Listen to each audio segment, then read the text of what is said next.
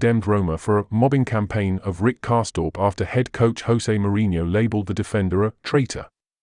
Mourinho made the comment following a 1-1 draw with Sassuolo in November, albeit without directly naming Karsdorp, though reports quickly identified the former Feyenoord man as his target.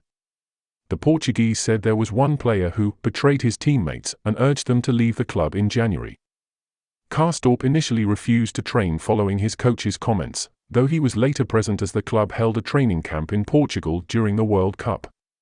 FIFPRO, the global union for professional football players, hit out at Roma's treatment of Karsdorp on Thursday. A statement said, FIFPRO strongly condemn Roma's treatment of Rick Karsdorp, who in recent weeks has been the victim of a mobbing campaign. Karsdorp has been accused in public of being a traitor, a hurtful and baseless term that club management has failed to address or apologize for, and fans have repeatedly used to confront him and his family. Furthermore, he has been made the subject of an unjustified disciplinary case. These acts apparently are a way to deflect from the club's poor recent performances and are aimed to put unjustified pressure on the player. Such behavior is incompatible with the FIFA regulations on the status and transfer of players.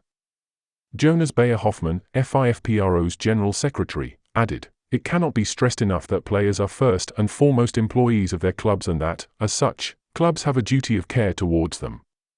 We call on Roma to immediately comply with that duty of care and ensure that Rick Karsdorp is treated fairly, and that his rights are respected." Sloane Stephens has confirmed Francis Roig as her new coach, less than a week after the Spaniard departed Rafael Nadal's team.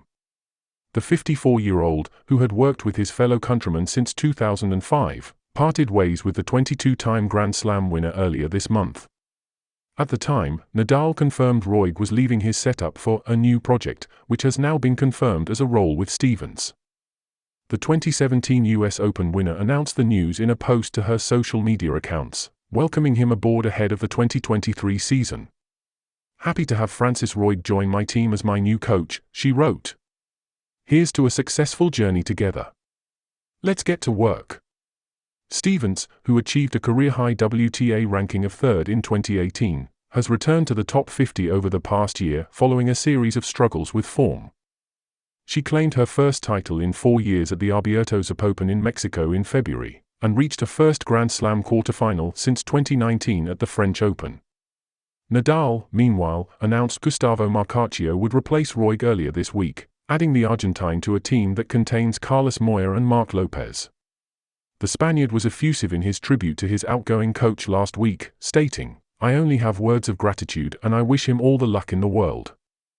Kuldeep Yadav's exclusion from India's squad to face Bangladesh was a management call, with teammate Umesh Yadav describing the decisions as something people had to accept. The fast bowler took 8 wickets as the tourist sealed the first test in Chittagong in style, and was expected to keep his place for the second and final game in Mirpur. But Kuldeep was excluded to make way for an additional pace option in Jaydev Unadkat, who played his first red ball match for India in over a decade in his place. The call from coach Rahul Dravid caught many by surprise, but Umesh was unmoved in his post-stumps assessment, simply indicating his omission was nothing out of the ordinary. "It's part of your journey," he said. "It happened to me. Sometimes you are out of the team because of performance.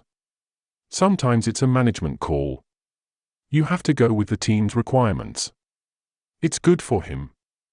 Unadkat, playing in his second test match a dozen years after he debuted as a teenager at Centurion against South Africa, repaid the faith with 2 wickets, including that of first test Centurion Zakir Hassan. Umesh was delighted to see him earn a second chance, adding, "When he made his debut, I was with him in South Africa. I'm very happy that he finally got his chance. When he came in to bowl with the new ball, it was doing a bit.